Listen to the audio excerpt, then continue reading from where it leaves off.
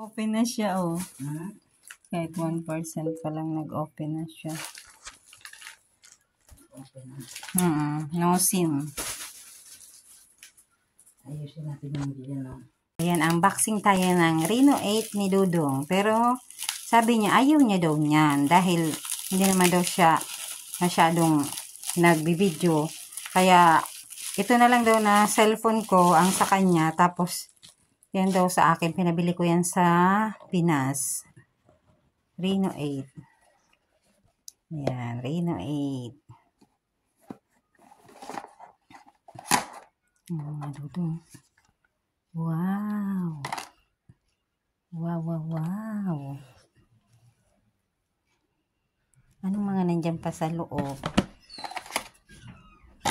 Charger lang, charger. Yun lang. Wala na talaga ngayon mga pre na tapel niya.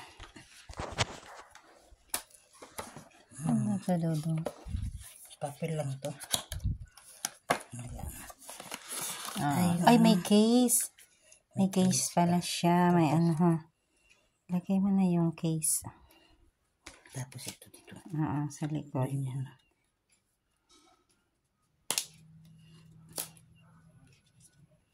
Case. Ano yan? Wala man.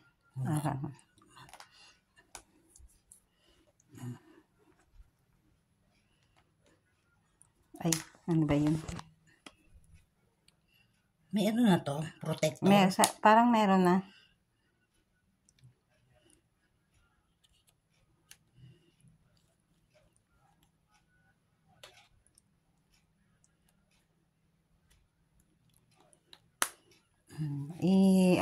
Power on mo. Power on. No bat. Why?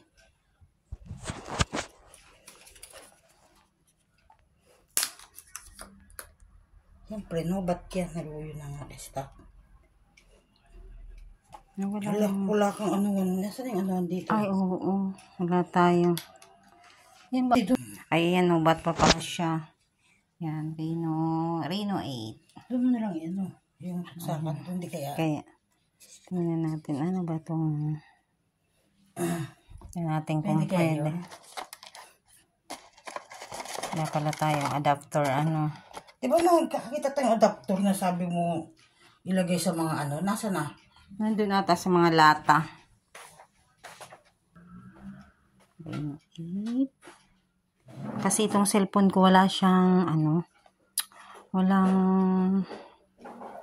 screen recording, di ko siya makuha. Regalo ko to kay Dudong pero siyempre sabi niya hindi man siya mahihilig mag-video. Palit na lang daw kami yung itong Samsung sa kanya, sa akin tong Reno 8. Yan guys, i-charge muna namin.